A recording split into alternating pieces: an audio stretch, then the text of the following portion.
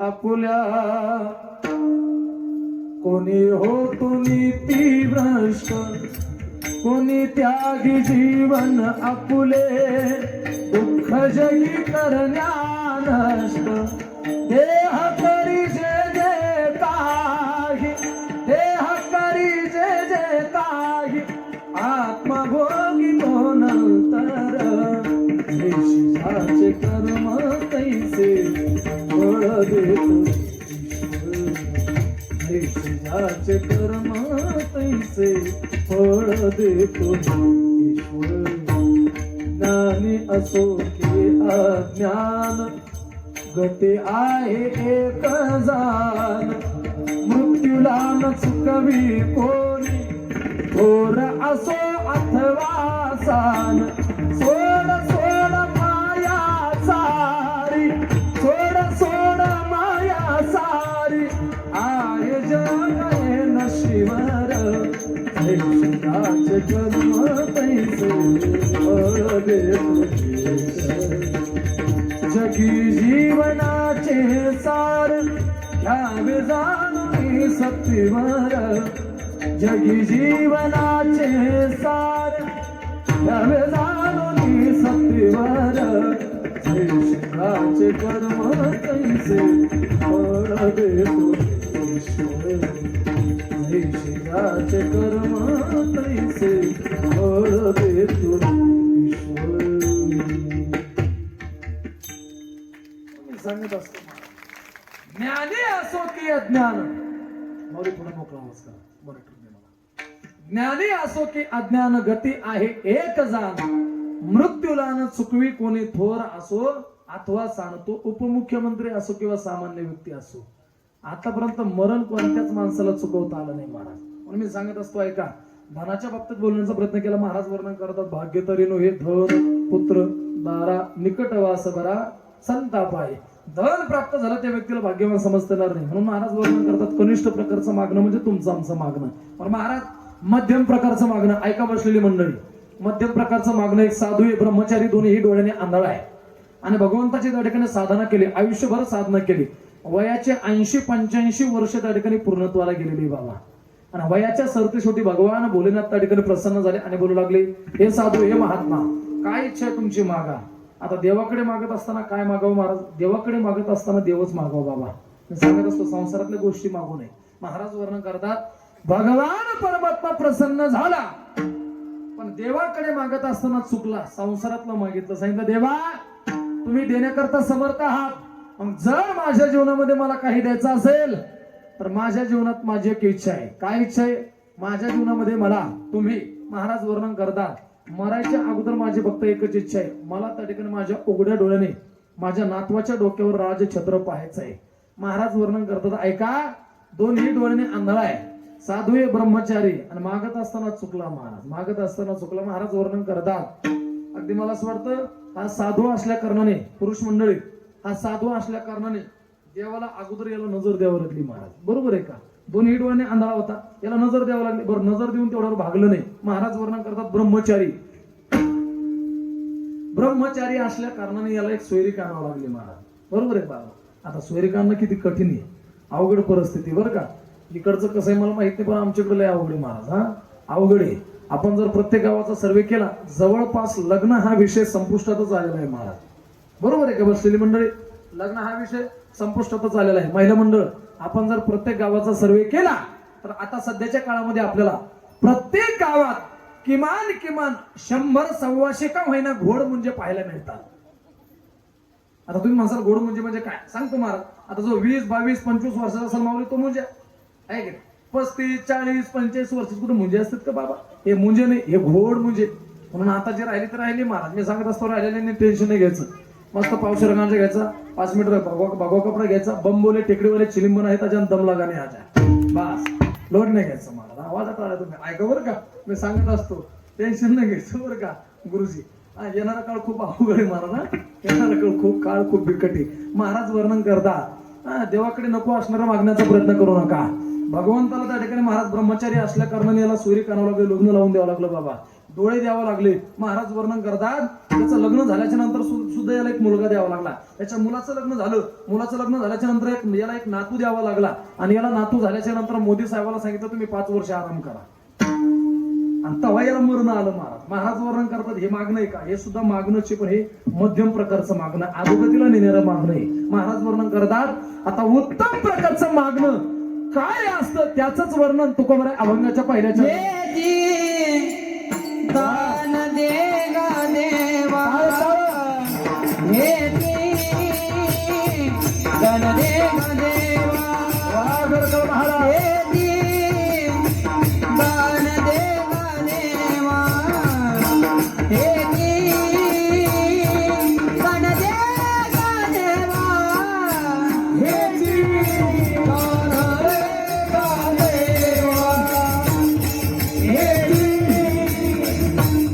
दे गा देवा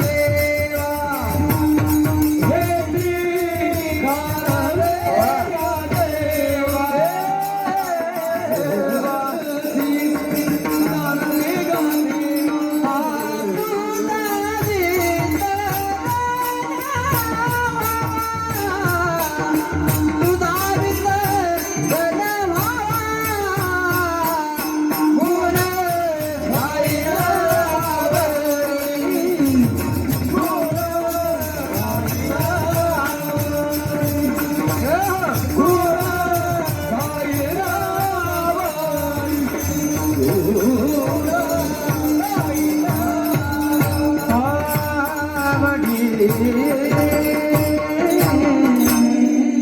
टाळी सर्वांनी टाळे वाजव. वा बरकळ महाराज हेची दान दे गा देवा हेची दान दे गा देवा तुझा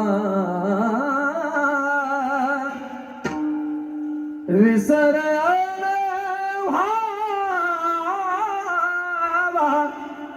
महाराज वर्णन करतात हेची दान दे गा देवा तुझा विसर न व्हावा. देवा उत्तम प्रकारचं मागणं कोणतं असेल देवाकडे मागत असताना देव मागावा. सांगितलं देवा आम्हाला कधीही तुझा विसर पडू देऊ नको. द्यायचं असेल तर हेच दान दे. आम्ही सांगत असतो मागत असताना चांगलं मागावं. बरं का बसलेली महिला मंडळ पुरुष मंडळी सर्वांनी सर्वांगाचे कान करून ऐका. मागत असताना चांगलं मागावं महाराज. मागत असताना चांगलं मागावं. माणसाला चांगली आवड असावी गुरुजी. कारण आवड जर चुकली तर माणसाची फजिती झाल्याशिवाय राहत नाही. पुरुष मंडळी आवड जर चुकली तर बाबा फजिती झाल्याशिवाय राहत नाही. कारण मी सांगत असतो महाराज लोकांना सुद्धा आवड आहे पण लोकांची आवडी भिन्न भिन्न आहे महाराज. लोकांना आवड आहे काहींना भजनाची आवड आहे काहीला गायनाची आवड आहे. मी सांगत असतो महाराज काहीला सोयरिके जमवायची आवड आहे काहीला मोडायची सुद्धा आवडच आहे महाराज. ती आहे की नाही. मी सांगत असतो प्रत्येकाची आवडी भिन्न भिन्न आहे. आवड चांगली असली पाहिजे महाराज. बरं का माणसाची आवड चुकल्याच्या नंतर माणसाची काय फजिती होते तुमच्या लक्षात येण्याकरता 2 मिनिटाचा दृष्टांत सांगतो. एकदा सर्वांनी प्रेमाने भजन करा. विठ्ठला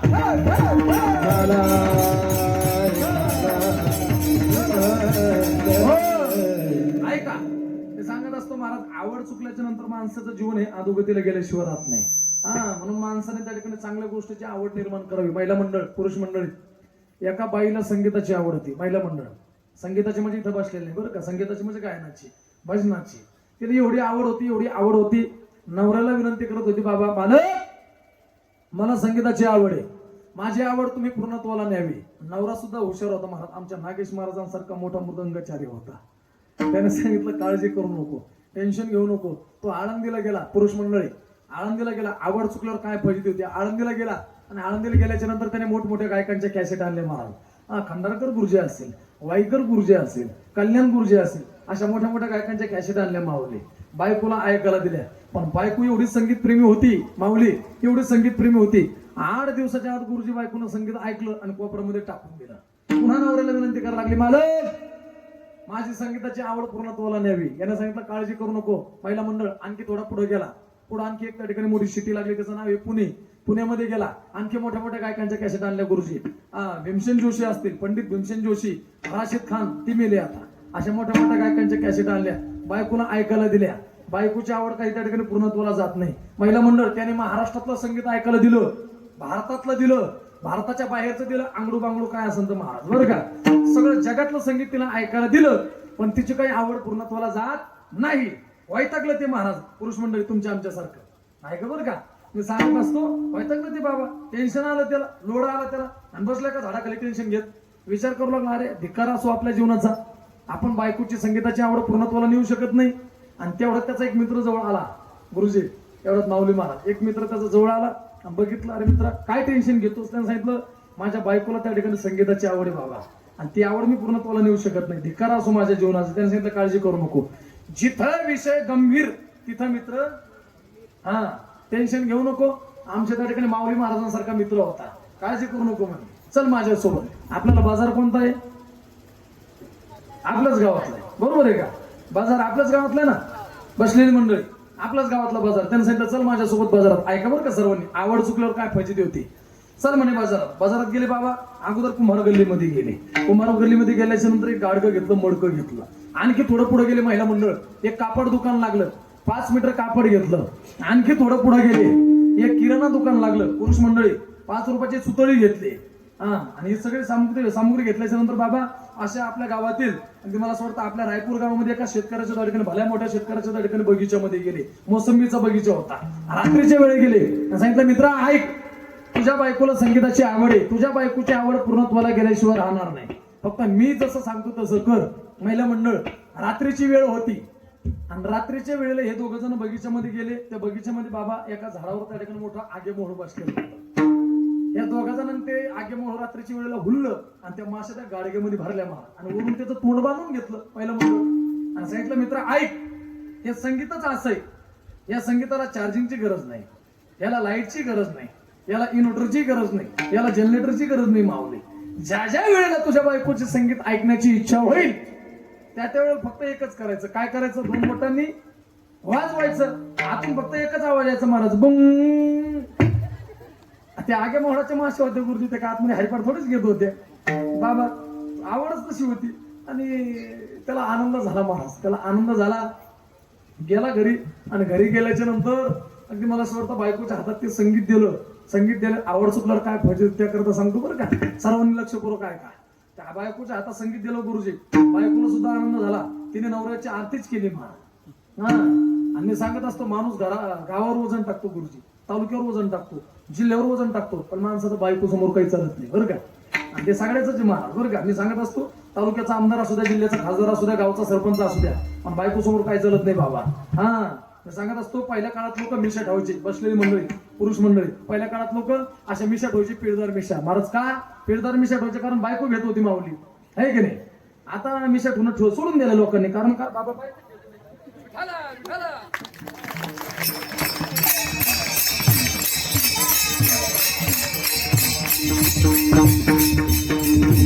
हो. मी सांगत असतो महाराज, पूर्वीच्या काळात लोक अशा दाढी ठेवायचे, अशा मिशा ठेवायचे लोक महाराज. गुरुजी बायको भेट होती, आता बायको भेट नाही महाराज बरं का. बायको काय भेट नाही, माणूसच पांचट झाला, बायको काय घेणार आहे महाराज, आहे का नाही.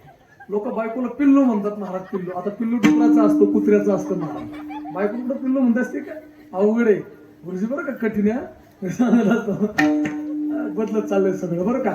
पहिला मंडळ त्याने त्याच्या बायकोच्या हातात संगीत दिलं, आणि संगीत दिल्याच्या नंतर महाराज तिला एवढा आनंद झाला. त्याने त्यांना काळजी करू नको, ज्या ज्या वेळेला तुझ्या ऐकायची इच्छा होईल त्या वेळेला 2 बोटांनी वाजवायचं, त्याच्यातून एकच आवाज यायचा महाराज बरं का. आगे मोहळाचे मासे होते बाबा त्या. महाराज वर्णन करतात, तिचा दैनंदिन त्या ठिकाणी महाराज उपक्रम सुरू झाला. दिवसभरातलं काम आटपलं नागेश बुवा, दिवसभरातलं काम आटपलं की रिकाम्या वेळेत ती संगीत ऐकण्याची इच्छा, त्या ठिकाणी आनंद घ्यायची महाराज. दिवसभर काम करायची, रिकाम्या वेळेमध्ये संगीत ऐकायची माऊली महाराज. असं करता करता महिला मंडळ ऐका बरं का, असं करता करता पुरुष मंडळी. पहिला दिवस गेला, दुसरा दिवस गेला, तिसरा दिवस गेला. संगीत हे 3 दिवसापासून उपाशी होतं महाराज.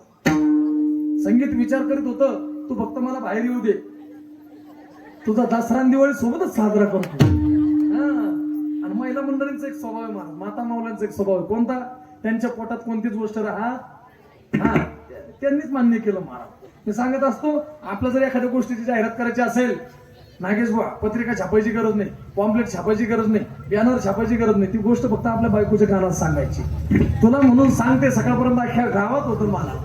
त्या माता माऊलीचा स्वभाव तसाच होता. आपल्या नवऱ्यानं जगाचं आगळं वेगळं संगीत आणलं, मग या संगीताचा आनंद आपल्या पुरता मर्यादित नव्हे, संगीताचा आनंद सगळ्या गावाला घेता आला पाहिजे. मग काय करावं? श्रीमंत घरातली होती बाबा, तिने तिच्या 5 मैत्रिणींना आमंत्रण दिलं. मग 5 मैत्रिणी कोण? आता ही श्रीमंत म्हणलं, तिच्या मैत्रिणी सुद्धा श्रीमंत महिला मंडळ. तिने तिच्या 5 मैत्रिणींना आमंत्रण दिलं. गुरुजी, पहिली मैत्रीण होती, तिचं नाव होतं सरपंचाची बायको. दुसरी मैत्रीण उपसरपंचाची बायको. तिसरी मैत्रीण चेअरमनची बायको. 5वी पोलीस पाटलाची. आणि अगदी मला असं वाटतं 4थी पोलीस पाटलाची, 5वी आमची. महाराज लोक आमची काल मागं ठेवायची महाराज. अशा 5 जणी बोलवल्या महिला मंडळ. अशा घरामध्ये बोलवल्या, गोल रिंगण करून बसल्या महाराज. असं संगीत मध्ये ठेवलं. बराच वेळ त्यांनी संगीत ऐकण्याचा आनंद घेतला. आणि भरपूर वेळ आनंद घेतल्याच्या नंतर हळदी कुंकवाचा कार्यक्रम झाला, चहा पाण्याचा कार्यक्रम झाला. उठले महाराज, निघले आपापल्या घरी. पण आपापल्या घरी निघले असताना त्याच्यातली एक मैत्रीण बोलू लागली, का ग तू आम्हाला तुझ्या घरी बोलवलं, जगाचं आगळं वेगळं असणारं संगीत आम्हाला ऐकायला दिलं, आमचा मान सन्मान केला, पण तरी सुद्धा आम्हाला असं वाटतं तू आमचा कुठेतरी अपमान केला. तिने विचारलं, मी नेमका तुमचा काय अपमान केला? माझ्या मालकानं, माझ्या नवऱ्यानं जगाचं आगळं वेगळं संगीत आणलं, मी तुम्हाला ऐकायला दिलं, आणखी काय करायला? त्याने नाही माऊली, तू आमचा मान सन्मान केला, पण तरी सुद्धा आम्हाला असं वाटतं तू आमचा कुठेतरी अपमान केला. मग तिने विचारलं, नेमकं तुमची इच्छा तरी काय? त्यांनी सांगितलं, आमची फक्त एकच इच्छा आहे, तू एकदा आम्हाला हे संगीत उघडून. त्याने सांगितलं, नाही नाही नाही, माझ्या नवऱ्यानं मला ताकीद केलेली, आभाळ जरी खाली पडलं, किती गारपीट झाली तरी संगीत उघडून पाहायचं नाही. नाराज झाले महिला म्हणून, नाराज झाले, अनेकले आपापल्या घरी. ही विचार करायला लागली, आता श्रीमंत घरातले, मोठ्या घरातले, आता गावात चर्चा होईल, गुरुजी आपली काय करावं काय करावं काय करावं. सरती सुटीचा नाविलाज झाला आणि अशा दरवाजापर्यंत गेलेले होते. महाराज परत बोलवले, बाबा तुम्ही या आतमध्ये या. अशा आतमध्ये घेतलं माऊली. असं गोल रिंगण करून बसल्या, मध्ये संगीत ठेवलं महाराज. हळदी कुंकवाचा कार्यक्रम झाला त्या संगीताला, महिला मंडळ. आणि हळदी कुंकवाचा कार्यक्रम झाला. सरपंचीनबाई, उपसरपंचीनबाई, चेअरमनबाई, पाटलीनबाई, अशा महाराजींबाई 5 जणी पुढे सरकल्या. महिला मंडळ 4-5 दिवसापासून पुरुष मंडळ संगीत उपाशी होतं, अशा पुढे सरकल्या आणि मोठ्याने गजर केला, संगीताची गाठ सोडली. जशी गाठ सोडली गुरुजी, तसं संगीत बाहेर आलं आणि बिना ब्यांचा डॅन्स सुरू झाला महाराज. ही तिच्या अंगावर, ती तिच्या अंगावर. आणि तेवढ्यात पाटील पाहत आले. पाटलीनबाई गेल्या तरी कुठून, कोणी तरी सांगितलं अमुक अमुक घरी गेल्या. घरापर्यंत आले, कासाबासा महिला मंडळ पाटलीनबाईचा त्या कडीला हात लागला, कडी उघडली, पण पाटलीनबाईनं पाटलाला दरवाजात पाहिलंच नाही महाराज. असा ढोसना दिला आणि पुढे गेल्या. आणि पाटील बोलायला लागले, पाटलीनबाई, मला असं वाटतं पाटील बोलायला लागले, मामी पुढे पाहून चला. कोणाला? बायकोला. कारण ते ओळखूचेच नव्हते ना बाबा, आगडबॉम्बच्या तगडबॉम्ब झालेल्या होत्या मला. ही फजिती, तुम्ही हसून घ्या, मी चहा पिऊन येतो, ऐका बरं का. ही फजिती झाली कशामुळे? महाराज वर्णन करतात, आवड चुकल्यामुळे. विठ्ठला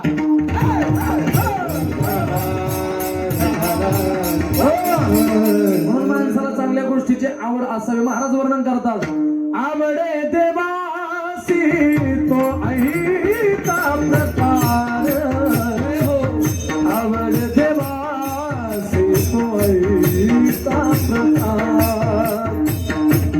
आवड देवासी तो ऐका प्रकार, आवड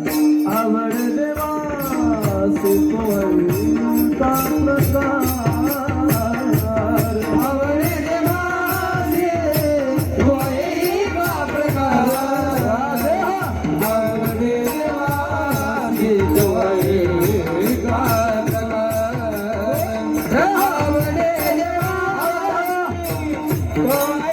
प्रकार, आवड देवासी तो ऐका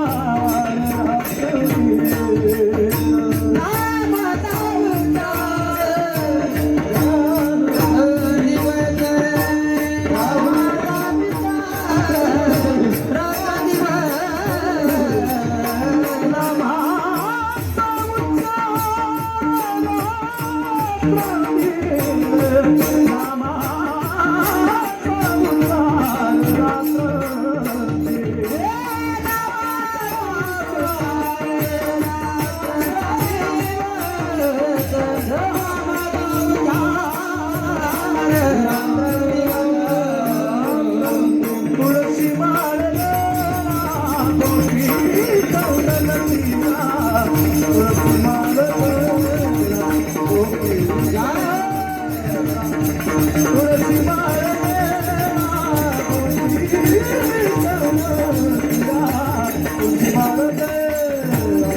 गोपी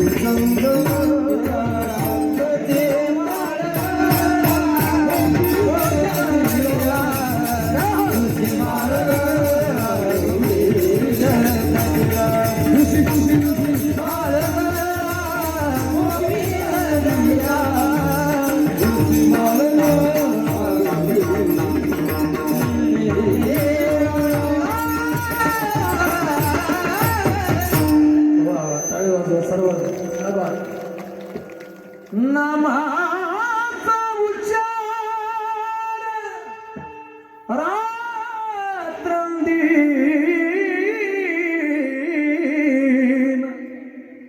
नामाचा उच्चार रात्रंदिन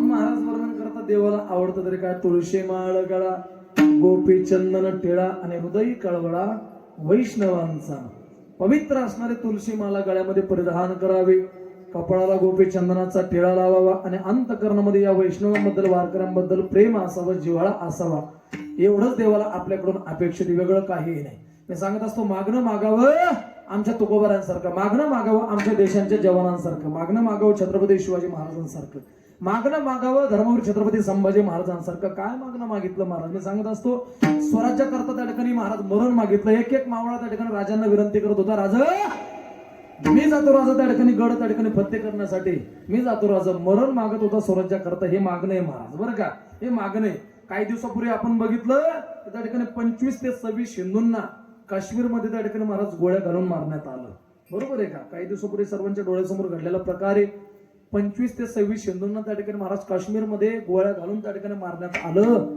आणि त्या काळामध्ये भारत पाकिस्तानचं युद्ध झालं त्या युद्धामध्ये अनेक असणाऱ्या देशाच्या मी सांगत असतो महाराज वीर जवानांनी आपल्या प्राणाची आहुती दिली या देशासाठी धर्मासाठी या राष्ट्रासाठी आपल्या प्राणाचं त्या ठिकाणी बलिदान दिलं आहुती दिली मागणं मागावं देशांच्या जवानांसारखं जाता जाता आपल्याला ती एकच सांगून गेली काय सांगून गेले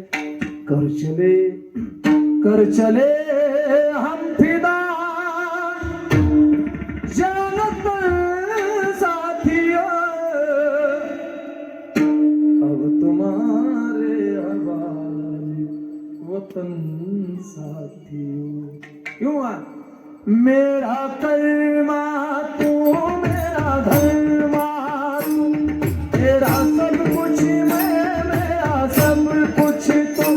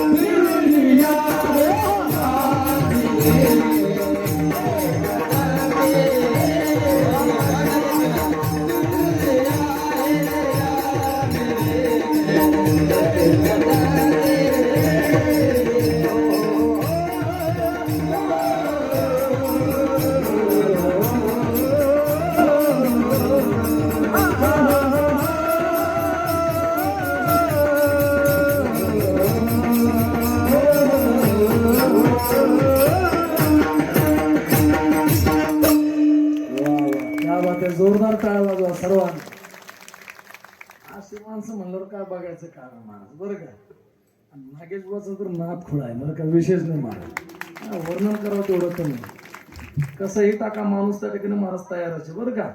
जसं ते सराट्याचा काटा असतो कसं टाकलं ते एक अंगुगर वरच राहतो महाराज त्याचं. माणूस तबला वाजायला सुद्धा तेवढाच गोड आहे बरं का. आणि मृदंग वाजवत तर त्या ठिकाणी बघायचं काम नाही महाराज. ज्ञानोबरांची कृपा आहे. म्हणून मी सांगत असतोय का मागणं मागावं देशाच्या जवानांसारखं. त्या देशांचं त्या ठिकाणी जवानांचं जीवन हे देशासाठी धर्मासाठी या राष्ट्रासाठी समर्पित आहे. या भगव्यासाठी त्यांचं जीवन समर्पित आहे. आणि म्हणून तर म्हणावं लागतं काही दिवसापूर्वी भारत पाकिस्तानचं युद्ध झालं. त्या युद्धामध्ये बऱ्याच लोकांना असं वाटत होतं युद्ध का थांबलं असं वाटत होतं लोकांना महाराज. पण ज्या घरातील मुलं किंवा ज्या घरातील जवान त्या ठिकाणी देशासाठी शहीद झाले त्या घरातील लोकांना तो आनंद विचारा युद्ध थांबल्याचा. आणि मी सांगत असतो महाराज त्या देशांचं त्या ठिकाणी जवानांचं जीवन या धर्मासाठी राष्ट्रासाठी देशासाठी या भगव्या रंगासाठी या केसरी रंगासाठी त्या ठिकाणी समर्पित आहे. आणि म्हणून तर म्हणावं लागतं ऐका एक सुंदर असणारं गीत आहे महाराज. त्या गीताचा भाव त्या ठिकाणी लक्षात घ्या. शब्दमुखातून वर्णन करत असताना त्या गीताचा भाव सहज त्या ठिकाणी आपल्या लक्षामध्ये येतो. आणि म्हणून तर म्हणावं लागतं ऐका तलवारों पे सरी वार दिए अंगारों में जिस्म जलाया है तब जाके कहीं हमने सर पे एक केसरी रंग सजाया है. ऐ मेरी ज़मीं अफसोस नहीं जो तेरे लिए सो दर्द सही महफूज रहे तेरी आन सदा चाहे जान मेरी ये रहे न रहे. ऐ मेरी ज़मीं महबूब मेरी मेरी नस नस में तेरा इश्क बहे फीका न पड़े कभी रंग तेरा जिस्मों से निकल के खून कहे. तेरी मिट्टी में मिल जावा गुल बन के मैं खुल जावा इतनी सी है दिल की आरज़ू. तेरी नदियों में बह जावा तेरे खेतों में लहरावा इतनी सी है दिल की आरज़ू.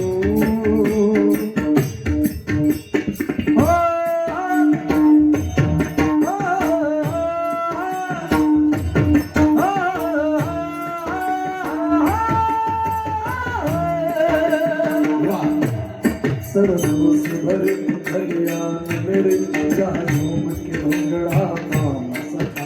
आबाद रहे वो गाँव मेरा जहाँ लौट के वापस जा न सका. ओ वतना में मेरे वतना में तेरा मेरा प्यार निकाला था कुर्बान हुआ तेरी असमत पे मैं कितना नसीबों वाला था. तेरी मिट्टी में निकल जावा गुल बन के मैं खिल जावा इतनी सी है दिल की आरज़ू. तेरी नदियों में बह जावा तेरे खेतों में लहरावा इतनी सी है दिल की आरज़ू. ओ हीर मेरी ओ हंसी रही तेरी आंख घड़ी भर नन्हा हो. मैं मरता था जिस मुखड़े पे कभी उसका उजाला ना हो. ओ माए मेरी क्या फिक्र तुझे क्यों आंख से दरिया बहता है. तू कहती थी तेरा चांद हूँ मैं और चांद हमेशा रहता है. तेरी मिट्टी में मिल जावा गुल बन के मैं खिल जावा इतनी सी है दिल की आरज़ू. तेरी नदियों में बह जावा तेरे खेतों में लहरावा इतनी सी है दिल की आरज़ू.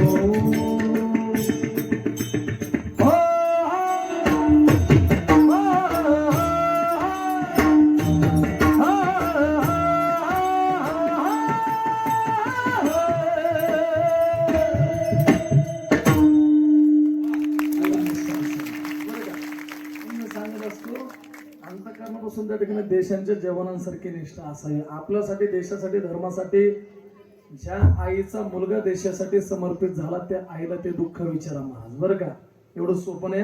मी सांगत असतो, ऐका बसलेली मंडळी, या जगामध्ये किंवा आपल्या देशामध्ये आपल्या नजरेसमोर, आपल्या दृष्टीसमोर खरे संत कोण असतील तर या जगातील किंवा या देशातील खरे संत म्हणजे देशाच्या सीमेवरची त्या ठिकाणी महाराज जवान आहे, सैनिक आहे, खरे संत आहे महाराज या देशातील. म्हणून सांगत असतो, अंतःकरणामध्ये निष्ठा असावी. मागणं मागावं देशाकरता मरण मागितलं, मागणं मागावं. ऐका, आमच्या महासाहेब जिजाऊंनी मागितलं. ज्या वेळेला आमच्या आऊसाहेब त्या ठिकाणी गरोदर होत्या, त्या जगदंबेला विनंती केली, हे जगदंबे, हे कृपानिधी, हे माय भवानी, माझ्या उदरातून मुलगा जन्माला यावा असं जर तुला वाटत असेल तर पुत्र व्हावा ऐसा गुंडा, ज्याचा तिही लोकी झेंडा. महाराज वर्णन करतात, असा मुलगा जन्माला येऊ दे, असा पुत्र जन्माला येऊ दे, ज्याने आया बहिणीचा अब्रूंचं रक्षण केलं पाहिजे, ज्याने स्वराज्याचं रक्षण केलं पाहिजे, स्वराज्याची निर्मिती केली पाहिजे, नवे नवे ऐका या हिंदवी स्वराज्याची त्या ठिकाणी स्थापना केली पाहिजे. असा मुलगा जन्माला येऊ दे, असा पुत्र जन्माला येऊ दे. मागणं मागितलं, साकडं घातलं, विनंती केली आणि मागणं त्या ठिकाणी फळाला आलं. 19 फेब्रुवारी 1630 रोजी महाराष्ट्र नव्हे, भारत नव्हे तर संपूर्ण जगाला पूर्ण रक्त म्हणजे छत्रपती शिवाजी महाराज जन्माला आले. आणि म्हणून तर म्हणावं लागतं, छत्रपती शिवाजी महाराज कोणी सामान्य व्यक्ती नव्हते. ऐका, माता शिवायने दिलेला तो प्रसाद होता, माता जगदंबेने दिलेला तो प्रसाद होता. आणि म्हणून तर म्हणावं लागतं, एकच राजा इथे जन्मला शिवनेरी किल्ल्यावर, शिवनेरी किल्ल्यावर माझ्या राजाचं नाव गाजते गड किल्ल्याच्या दगडावर, माझ्या राजाचं नाव गाजते गड किल्ल्याच्या दगडावर, माझ्या राजाचं नाव गाजते गड किल्ल्याच्या दगडावर, माझ्या राजाचं नाव गाजते गड किल्ल्याच्या दगडावर. सर्वांनी टाळे वाजवा. छत्रपती शिवाजी महाराजांनी जन्माला येऊन काय केलं? सुंदर स्वराज्य निर्माण केलं. तलवारीच्या धारेवर, तलवारीच्या धारेवर, तलवारीच्या धारेवर साठी वार झेलले आपल्या निधड्या छातीवर, आपल्या निधड्या छातीवर, आपल्या निधड्या छातीवर लहानपणाने लढले मावळे, हो लहानपणाने लढले मावळे भरोसा राजावर, माझ्या देवाचं नाव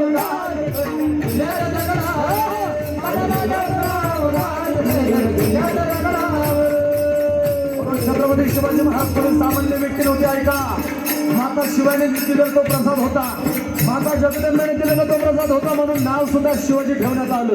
आणि म्हणून त्याला म्हणावं लागतं, अरे तो काळाचा काळ होता, तो जिजाऊचा बाळ होता. ऐका ऐका ऐका ऐका ऐका, जिजाऊचा बाळ काळाचा शिवनेरीवर जन्मला, सुबा शिवनेरीवर जन्मला, सुमना राजा सर्वांनी काय वाजवायची, बांधलं येतो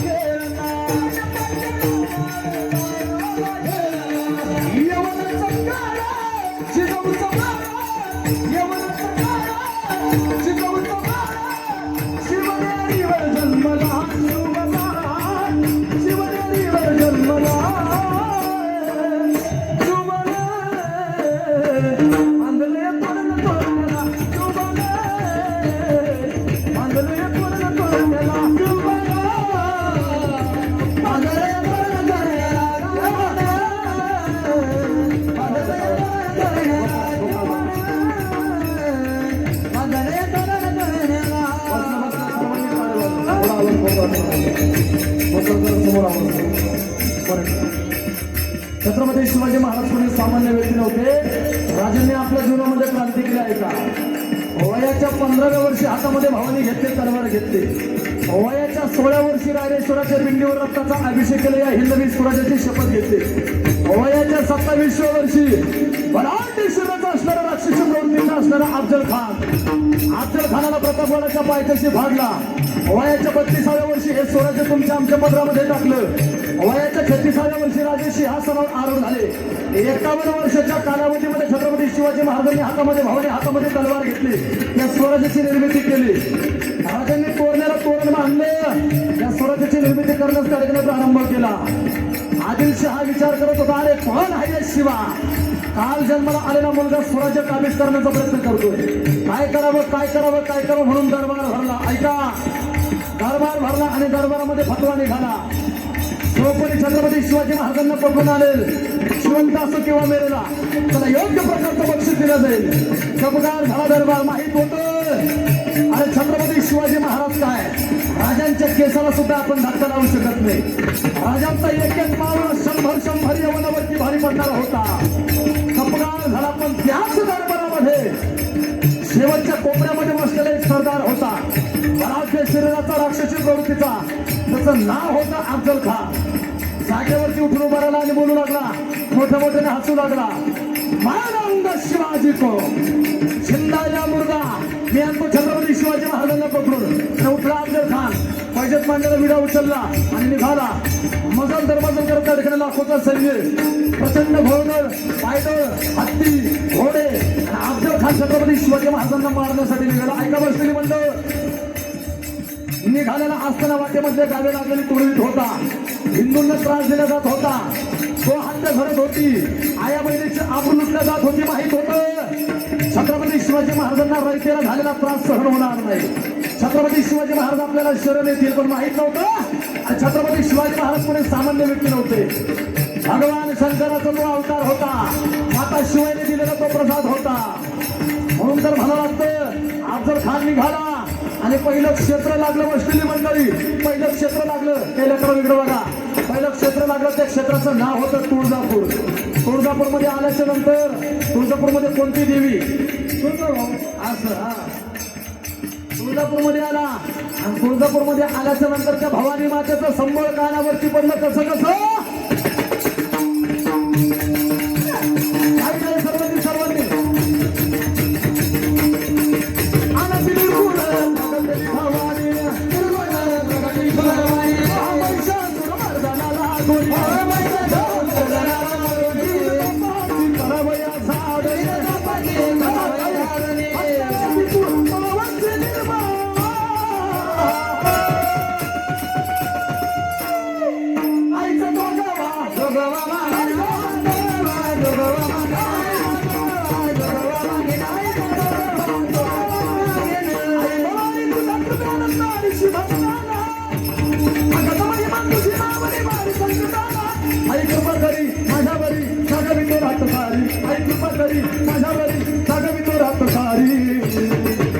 आज गोंधळा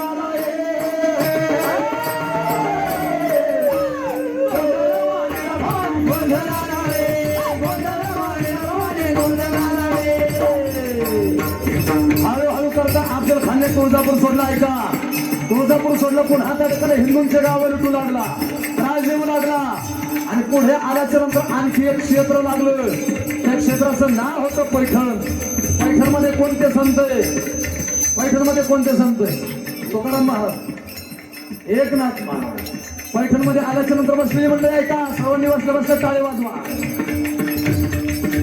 पैठणमध्ये आल्याच्या नंतर अरे एकनाथ महाराजांचा पिंजरा कानावरती पडला. आणि म्हणून तर म्हणावं लागतं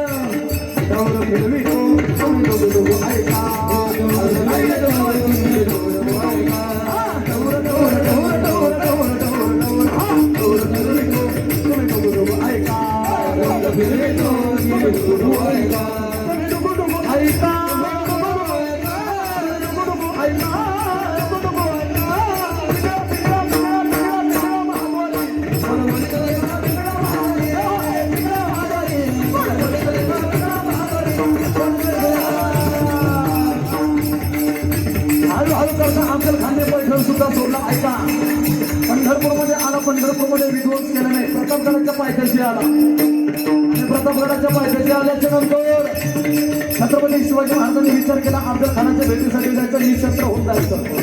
पुन्हा मनामध्ये विचार निर्माण झाला अफजल खान हा क्रूर आहे, कपटी आहे, कपटाने वार केल्याशिवाय राहणार नाही म्हणून काय करावं. डोक्यावरती वार केला म्हणून शिरस्त्राण परिधान करण्यात आलं जिरेटोपाखाली. अंगावरती वार केला म्हणून त्या ठिकाणी महाराज वर्णन करतात अंगामध्ये चिरखत परिधान करण्यात आलं. निघाले छत्रपती शिवाजी महाराज. सुंदर असणारा देखण्या स्वरूपाचा शामियाना उभारण्यात आला. शामियान्यामध्ये प्रवेश केला.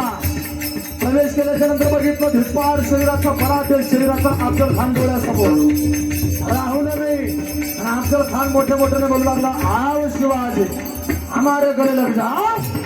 आणि मोठ्या मोठ्याने हसू लागला. ऐका पहिला लिंगण दिलं ते प्रेमाचं होतं, दुसरं लिंगण दिलं ते सुद्धा प्रेमाचं होतं, तिसरं लिंगण दिलं राजांचे मान आपल्या डाव्या पक्षामध्ये दाबले. राम कसबी झाला जीव कसबी झाला काय करावं काय करावं. डोळ्यामध्ये रक्त उसळलं. अफजल खानने कपटाने वार केला. डोक्यावरती वार केला. जिरेटोपाखाली शिरस्त्राण होतं. वार फुका गेला. पाठीवरती वार केला. अंगामध्ये चिलखत परिधान करण्यात होत गेलेलं होतं. वार फुका गेला. रागावर झाला. मान दाबली. राजांच्या डोळ्यामध्ये रक्त उसळलं. गनिमी कावा केला. हातामध्ये लपवलेला पिशवा काढला. अफजल खानाच्या पोटात खुपसला. अरे 35 पोटात छत्रपती शिवाजी महाराजांनी प्रतापगडाच्या पायथ्याशी फाडला. आणि म्हणून तर म्हणावं लागते आव मिला हमसे मननी खान भिडे शिवपाला. अरे करुणी धोखा करी अफजली वाराला. सर्वांनी एक साथ टाळी वाजवायची. झाला शिवराया हुशार. शिवराया हुशार. शिवराया हुशार. क्षणात अफजल खान. क्षणात अफजल खान.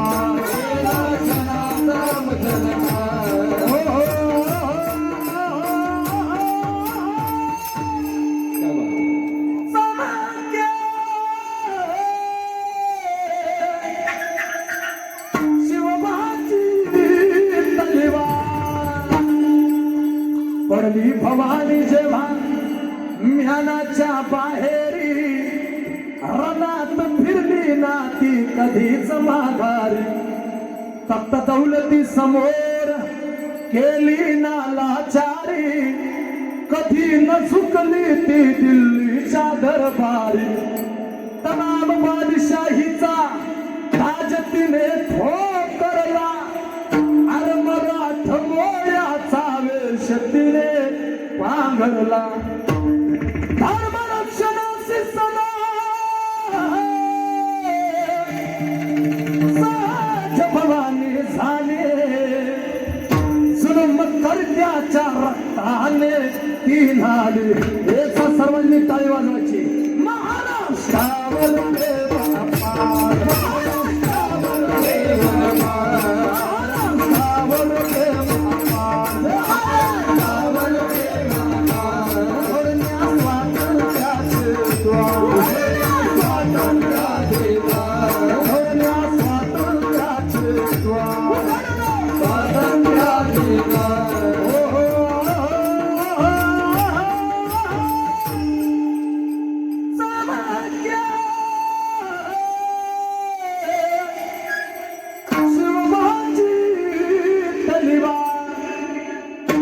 शाहिस्ते खान म्हणाला दिल्ली दरबारी. अरे हुजूर करतो मी महाराष्ट्रावर स्वारी. पुण्यात शाहिस्त्या वस्तीला मग आला. शिवाजी आज मावया लागे शत्रूला. शाहिस्त्याच्या घरात शुभरात्रीचा शिरले. बघून मर्द शिवा खान मनी घाबरले. केला शिवपाने गनिमी काव्याने हल्ला. शाहिस्ते क्या बोलत से या तोबा या अल्लाह क्या शाहिस्ता वरवार शाहिस्ता वरवार क्या शाहिस्ता वरवार शाहिस्ता वरवार याची पुतली गोटेचा पुतली गोटेचा याची पुतली गोटेचा याची पुतली गोटेचा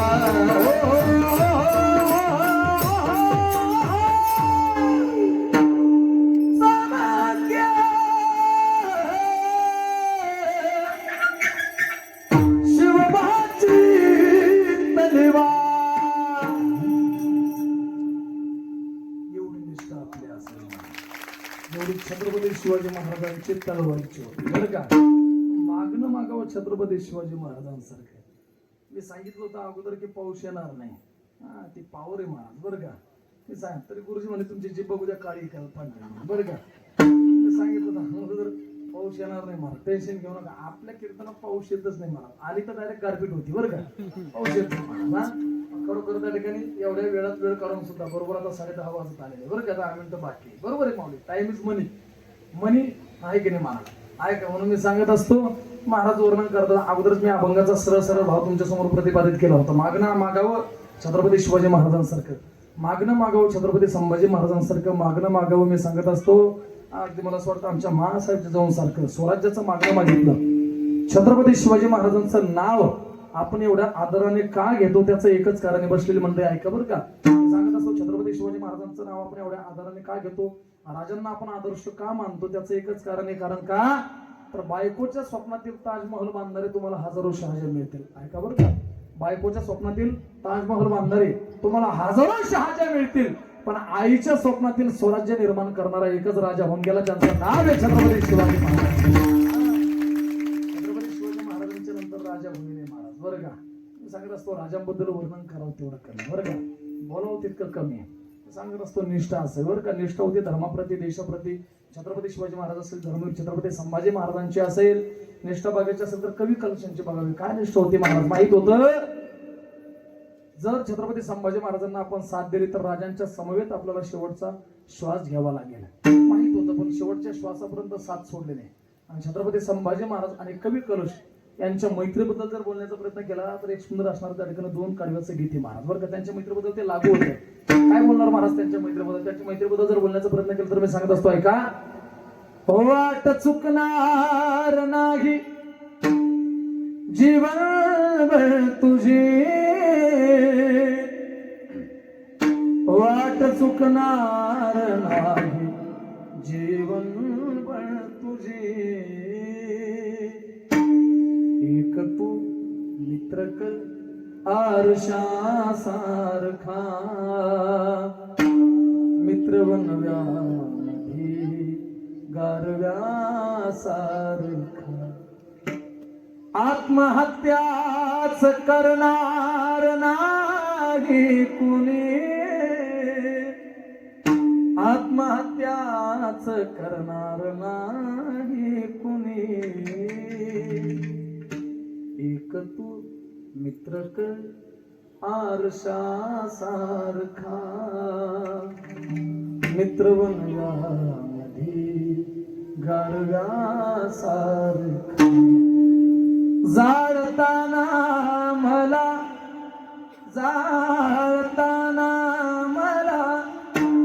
देह ठेवा असा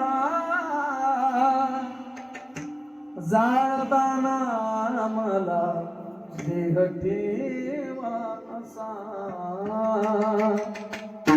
मित्र असला जवळ मंदिरासारखा मित्र बनव्यामध्ये गारव्या सारखा मित्र बनव्यामध्ये गारव्या सारखा. सांगत असतो तर मित्र असतो बरं का. जीवा पाड प्रेम करणारा मित्र पाहिजे मला. मी सांगत असतो जगात आपल्या मनातलं दुःख किंवा आपल्या मनातली गोष्ट आपण जे कोणापाशी बोलू शकत नाही ते मित्रापाशी बोलत असतं महाराज बरं का. पण मित्र चांगला पाहिजे मी सांगत असतो. हा मित्र अवघड आहे महाराज बरं का. सांगत असतो मित्र आपल्या हाताला धरून त्या ठिकाणी मंदिरात नेणारा पाहिजे, हरिपाठामध्ये आणणारा पाहिजे, कीर्तनात आणणारा पाहिजे. नंतर आरती 90 पाहिजे असे भरपूर मित्र भेटते महाराज. ते मित्र कोणत्या कामाचे नाही बरं का, असे भरपूर मित्र भेटते. म्हणून मी सांगत असतो अंतःकरणापासून प्रेम करणारा मित्र पाहिजे. म्हणून निष्ठा होती मैत्रीबद्दल कवी कलशांची. वर्णन करावं तेवढं कमी बरं का. म्हणून महाराज वर्णन करतात, हेचे दान दे गा देवा, देवाकडे मागणं मागावं, चांगल्या प्रकारचं मागणं मागावं. बरं तू बरोबर आहे. हे दान मी तुम्हाला दिलं, हे दान दिल्याच्या नंतर तुम्ही नेमकं करणार तरी काय. महाराज त्याचंच वर्णन अभंगाच्या दुसऱ्या चरणामध्ये करतात. गुण गाईना वडी, गुण गाईना वडी, गुण गाईना वडी, गुण गाईना वडी. हिती माली सर्व दोनी, हिती माली सर्व दोनी, हिती माली सर्व दोनी. गुण गाईना वडी,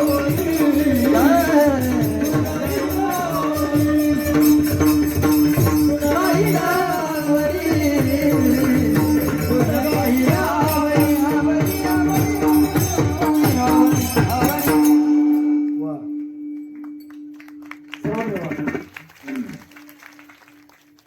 मला जाऊ दे ना घरी. ऐका बरं का. गुण गायना आवडी हीच माझी सर्व जोडी. महाराज वर्णन करतात, माऊली द्यायचा असेल तेव्हा तर आम्हाला त्या ठिकाणी आम्ही हे दान दिल्याच्या नंतर आनंदाने प्रेमाने तुझ्या गुणांचा गुणनवाद करू, नवे नवे तुझं भजन करू, तुझं चिंतन करू.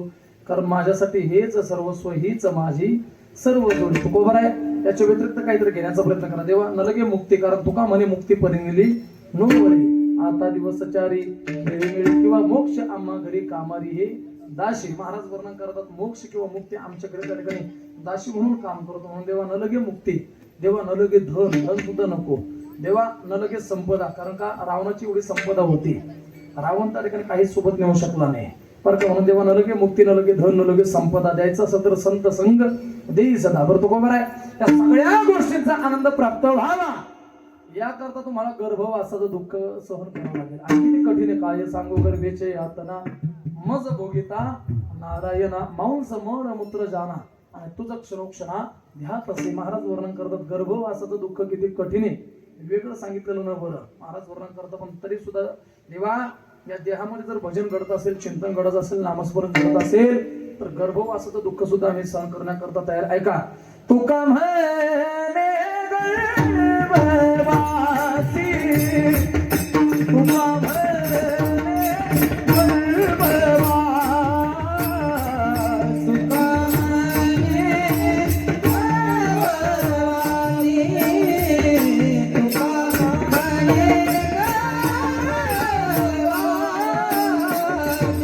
तुझे भानाने आम्हासी, तुझे भानाने आम्हासी, तुझे भानाने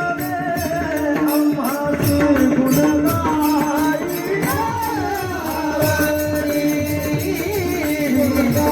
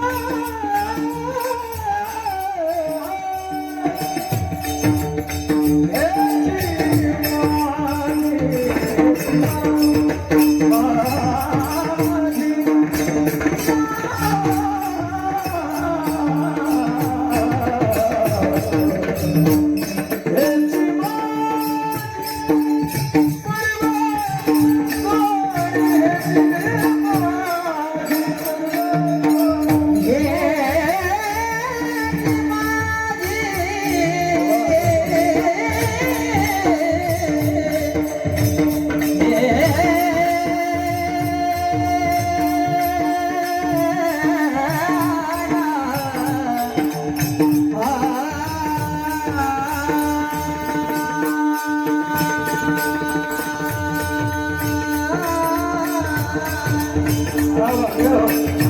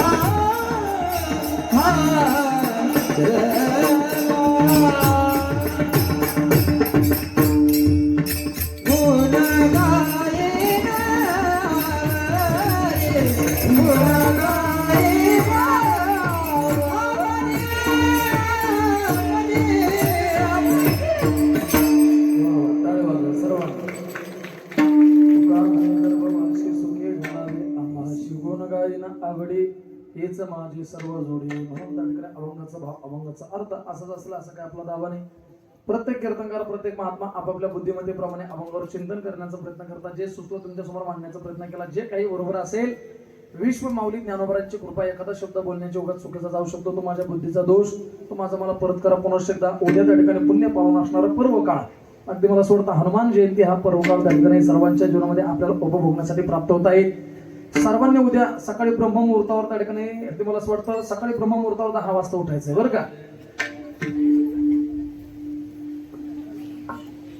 हा म्हणा तुम्ही पण हा म्हणा बरं का. जागेन सगळे आणखी झोपले ना. सकाळी किती वाजता उठायचं?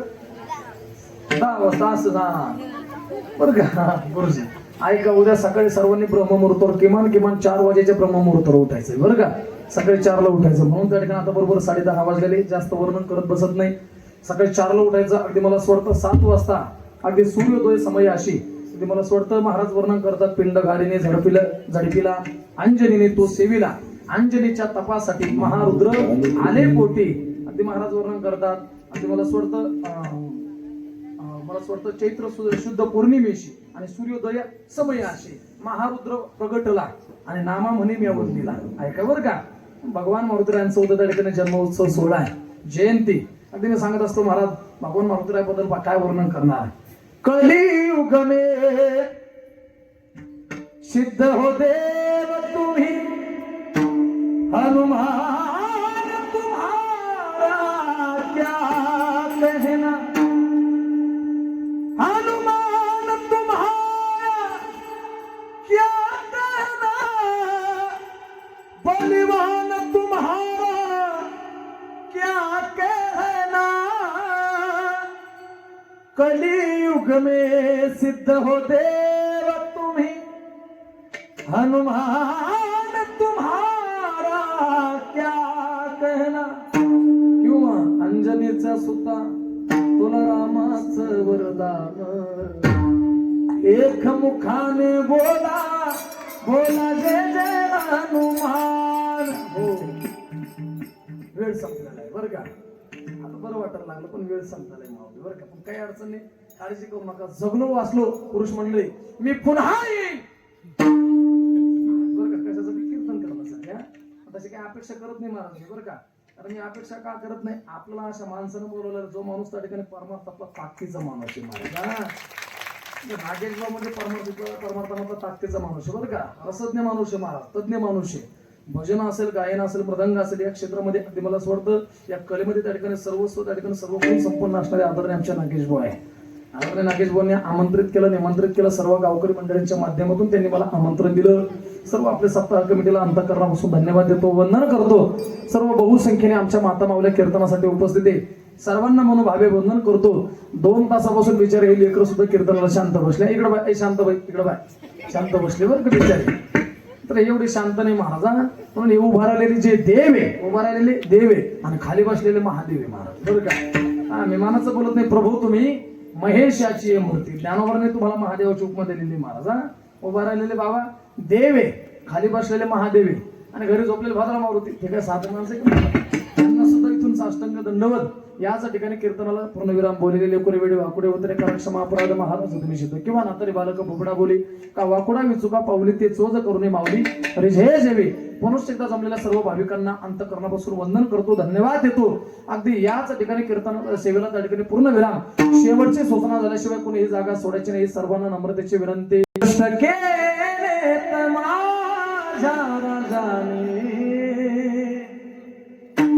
जाती जातीत वाटून कारे, कष्ट केलेत माझ्या राजाने, जाती जातीत वाटून कारे, कष्ट केलेत माझ्या राजाने, जाती जातीत वाटून काय, स्वराज दिले रयतेला, जाण याची जरा राहू द्या, कष्ट केलेत माझ्या अभिमाने जाती जातीत वाटून कारे कष्ट केलेत माझ्या अभिमाने जाती जातीत वाटून कारे संविधान दिले भारताला संविधान दिले भारताला जाण याची तुम्हाला उद्या रे कष्ट केलेत माझ्या राजाने जाती जातीत वाटून कार सांगत असतो छत्रपती शिवाजी महाराजांचे तुमच्या आमच्यावरती उपकार आहे. डॉक्टर बाबासाहेब आंबेडकरांनी त्या ठिकाणी महाराज स्वतंत्र जीवन जगण्याचं त्या ठिकाणी तुम्हाला आम्हाला स्वातंत्र्य दिलेलं आहे महाराज बरं का. त्यांच्या कष्टाची जाण ठेवा पण जास्त वर्णन करत बसत नाही. पुन्हा एकदा सर्वांना अंतःकरणापासून धन्यवाद देतो. आदरणीय नागेश गुरुजींना सुद्धा अंतःकरणापासून धन्यवाद देतो. याच ठिकाणी कीर्तन शिवेला पूर्णविराम. शेवटची सूचना झाल्याशिवाय कुणीही जागेवर उठू नका.